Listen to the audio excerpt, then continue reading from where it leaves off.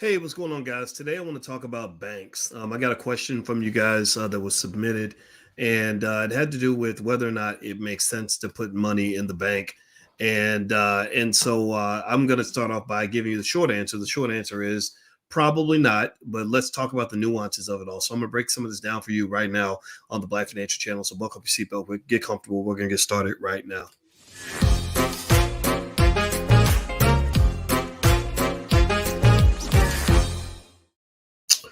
Hey, what's going on, guys? Welcome to the Black Financial Channel. That's theblackfinancialchannel.com. My name is Dr. Boyce Watkins. I'm your friendly neighborhood finance professor. On the Black Financial Channel, one thing that we believe is that we believe it's okay to be black first. That means that if you happen to be black, we need you to make sure that you let everybody know that your community is at the top of your priority list. Also, I encourage you to educate your children. My years teaching at Syracuse University on the faculty, one of the things I can tell you is that there's a lot of information out there, a lot of economic information out there that you guys miss out, that we miss out on, because a lot of times we're paying attention to things that don't really matter. And I really want our people to understand that the economic puzzle is not complex. It's only complex if you're not paying attention. So if you agree with the B1 philosophy about putting our community at the top of our priority list, put a hashtag B1 in the chat, hashtag B1. All right. So let's one of you asked me, sent in this question.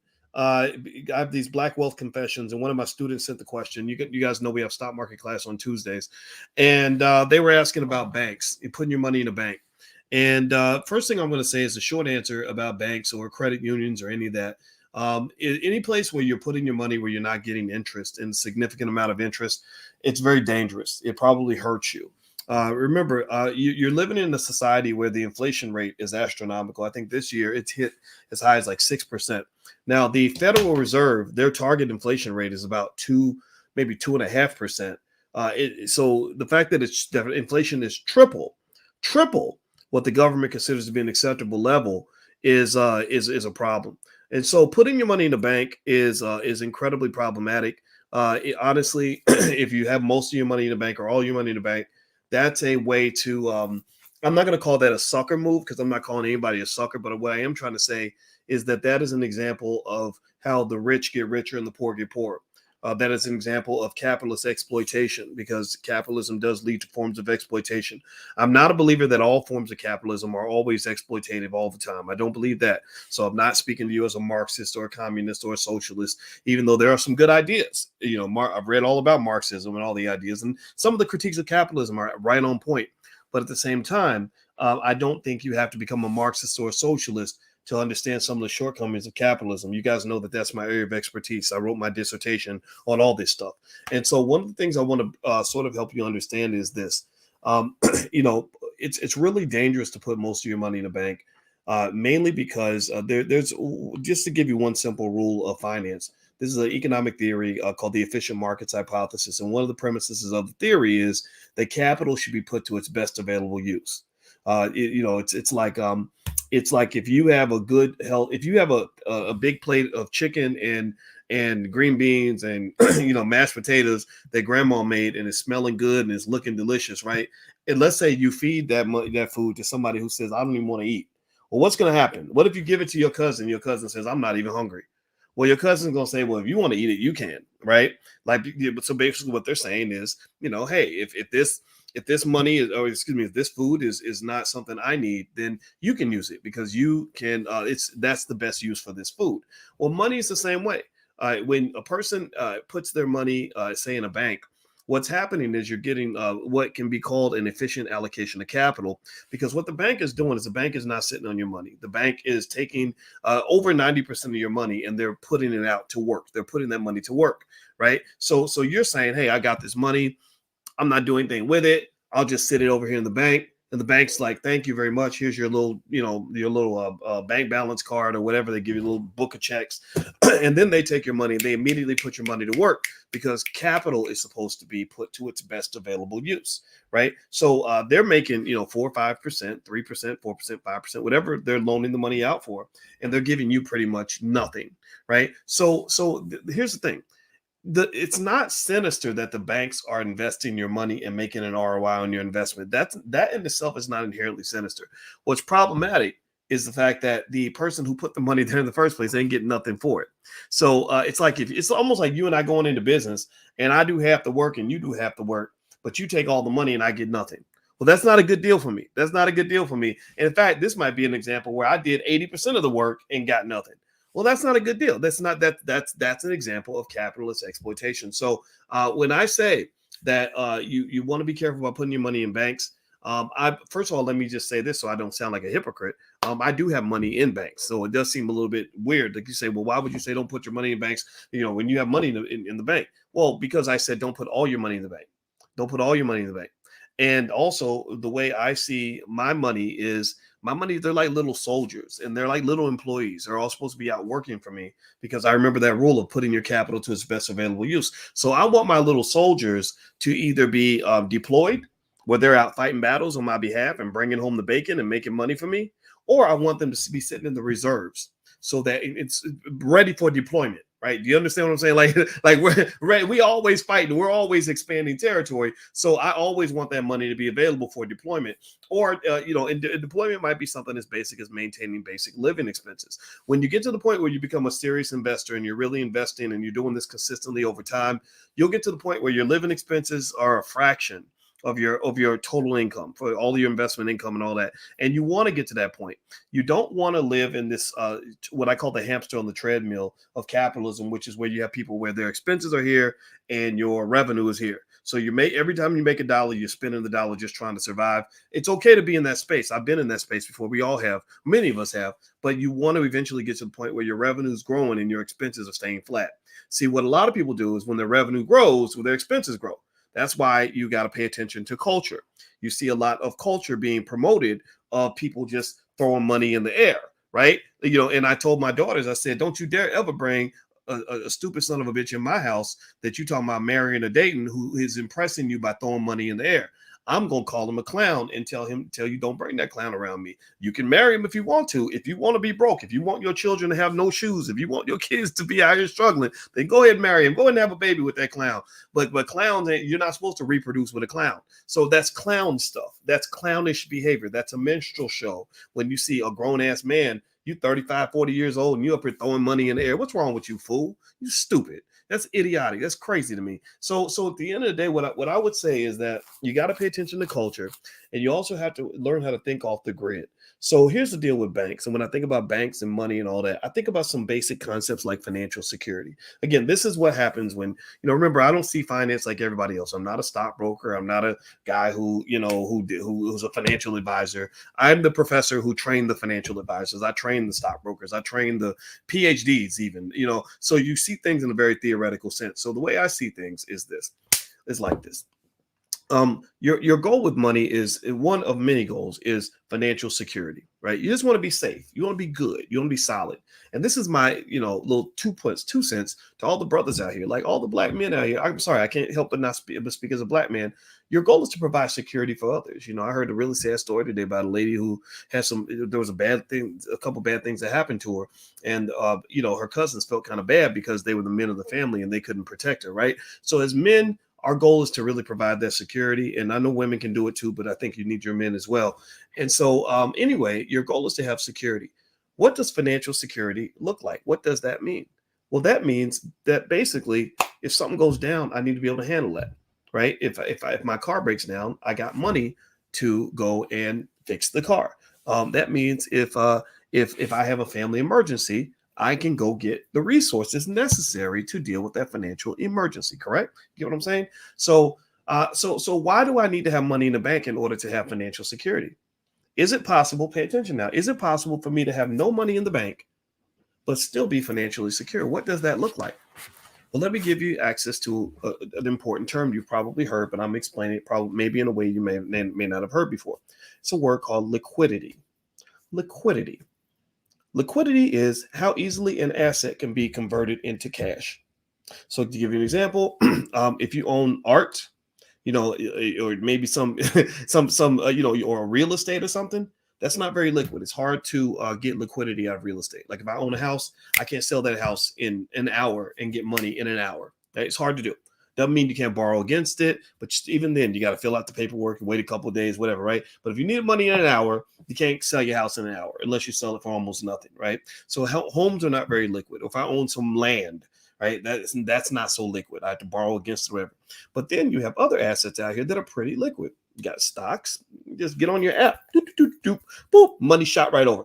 Coinbase, you got some, or whatever crypto app you use, right? Your own Coinbase. Boop, boop, boop, boop. I need an extra grand. Boop, boop, boop. I'm gonna sell some Stellar Lumens, or I'm gonna sell some Bitcoin, and boom, shoot the money over to my bank account just like that. What was another one of the other apps? What was it? Coinbase and Cash App. Cash App. You can buy stocks on Cash App.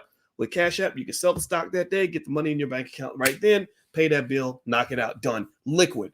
So process this for a minute. Right? So let's say that I'm a guy. I'm not telling you to do this. This is not financial advice. This is just processing here. Let's say that you're a person who says, look, I need my money working for me. I'm not trying to hustle backwards. I'm not trying to have my money sitting in the bank earning 0.0% while the bank is making 4 or 5% of my money. So if I get an extra $3,000, maybe instead of putting my money in a bank where it can sit there and just gain weight and do nothing, I'm going to take that money and I'm going to buy some shares of stock in really solid companies. I'm not talking about Dogecoin. I'm not talking about GameStop. I'm not talking about stuff that might collapse on your ass like in a minute. I'm talking about I'm going to buy me some McDonald's stock. McDonald's ain't going bankrupt no time soon. It's as bad as Americans are. We're going to keep on eating McDonald's, right? I'm going to buy me some Coca-Cola. I'm going to buy me some, maybe some Google. Google prints money. They're like a government now, right? Or maybe buy some mutual funds, right? So basically, I've got this extra cash, and I put it into really stable assets that are highly liquid that I can sell instantly, and then go and do what I got to do. Now, mind you, let's not forget though, you do have market fluctuations, right? So let's say that the market has a dip or whatever, and your Amazon stock, drops by 1%. That is an issue, right? But at the same time, how often do you see Apple drop, by a huge amount of money in a given day? You don't really see it drop like that. You'll see it move, you see it wiggle, right? But typically those companies tend to go upward. Why is that? Well, because if you want to win in a capitalist society, is a little secret, little Uncle Boyce advice here. Pay attention to who knows how to really navigate this shit. Like, figure out who are the people that really know how to make this system work for them, and tie your wagon onto those people. Do you understand what I'm saying? They call that correlation to statistics. Like, if I make sure correlation is connection, like when you move, I move, just like that. Remember that Ludacris song, right? So wherever you move, wherever the big money capitalists are moving, that's where you can move to, right? So if I've got my wagon hitched to Apple, or I got my wagon hitched to Disney, I got my wagon hitched to Coca-Cola, I got my wagon hitched to Google, you really think that there's a good chance that I'm going to go broke? No, I mean, probably not. Probably not. So when I talk about things like banks, banks don't excite me. Banks kind of suck. And let me tell you why they suck. They suck on the deposit side. They suck on the funding side. Getting banks to loan you money is crazy, especially if you are a business owner, because they only understand. I think they think everybody on earth has a W-2. I had to literally go through all kinds of crap to get property, because I was like, you're acting like I need to be an employee to prove to you that I can go buy this house. I made enough money last month to buy this house, and you're telling me that I still got to prove to you that I can buy this house? It's the weirdest thing in the world. So banks are kind of becoming obsolete, right? And that's where you get into things like DeFi. Teddy Ewing in the Black Crypto Club is going to do a masterclass on DeFi. So you guys may want to pay attention. It's pretty deep stuff. And so ultimately, the banks are going to kind of get pushed to the side, I think, because the regulations, it's your stupid politicians that ultimately are going to harm the banks. Because what happened was, in the crash that occurred right before Obama took office, you had the banks basically getting over-regulated to the point where they can't do what they have to do. So ultimately, what I would say is that banks just don't excite me. There's not much happening in banks that really makes me feel like they're all that important necessarily. I don't think that they have to be wiped away from the system altogether, but I do think that keeping your money in a bank is probably not the best move, especially in a high inflation environment. Literally, the longer you let that money sit there, it's literally eroding away. It's eroding away. It's like when I don't know if y'all, this is a funny story. Pablo Escobar, he used to make so much money, the big dope dealer. He used to make so much money that I think they said he lost $2 billion a year because the rats ate through like his money. He literally lost $2 billion a year because the rats ate the money, right? So literally the rats are the banks. And the rat is inflation. So when you sit your money there and you just sit in the bank and you're not making that money move, you're not making that money work for you, then literally you are losing wealth just by sitting there. So just keep that in mind. Financial literacy is probably more important than it's ever been. The beautiful thing is that there are plenty of opportunities out there, plenty of investments you can make that can get you a return on investment. And I would encourage you to make financial literacy an important part of your family structure and your family culture so that your kids aren't caught hustling backwards, 20, 30 years from now because their parents didn't teach them anything. And so also, speaking of that, Merry Christmas. Also, I want to mention, buy your kids some stock if you haven't done it for Christmas. Maybe buy some for New Year's. Any opportunity you get to buy stock for your kids, buy it. And just hold it. Just hold it. Like I did an analysis yesterday on Disney, and Disney is an example of what they call a forever stock. Disney's going to be around probably forever. They're going, or for at least what seems like forever for us. And they're going to figure out always, all these ways to make money. And so they may not make money for you this month or next month or this quarter or next quarter, but long term, Disney is a good move. Okay, so if you buy these sorts of stocks for your kids now, then you're setting them up for life. But you got to be consistent, and you have to buy them a lot. You have to spend as much on your stocks as you spend on your car note. If you can do that, then you're gonna be straight. Like that's the idea. That would be a good benchmark. Like how much do I spend on my car note? Because I'm throwing money down the drain when I'm doing that. So if I can afford to throw $400 a month down the drain, I can throw $400 a month toward my future. How about that? That's not a drain. That's a drain to the future. That's actually a good thing. Okay. So that's it, guys. I'm gonna get out of here. My website is boycewatkins.com. What about mutual funds? I love mutual funds. We have stock market class every Tuesday at 11 a.m. Eastern. If you have questions you'd like to send to me, you can submit them. It's my students. You can do a free trial in the class to see if you like it. If you don't like it, you can leave. You can leave and not pay a penny. But if you do like it, I hope you'll stay as members. And the tiny fee that you're paying allows us to fund the Black Business School, where we educate hundreds of thousands of our people worldwide. We really help create an economic revolution. It can't stop, won't stop. I talked to Dr. Claude Anderson today. We got even bigger plans going into the future. I don't know if y'all saw that Charlemagne the God has done a great job of incorporating Dr. Anderson into his new show, The God's Honest Truth. I think that's what it's called. And they're building a whole platform around Powernomics, which I think is really excellent. And this because of you. Because remember, we were all talking, all of us right here, me and you, all of us on this platform, we were talking about Claude Anderson when nobody else was.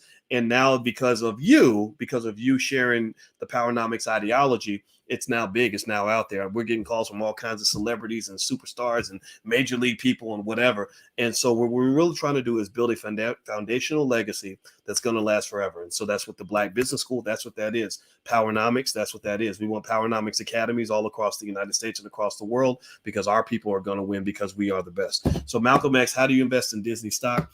Just open up your Cash App. You should be able to do it that way.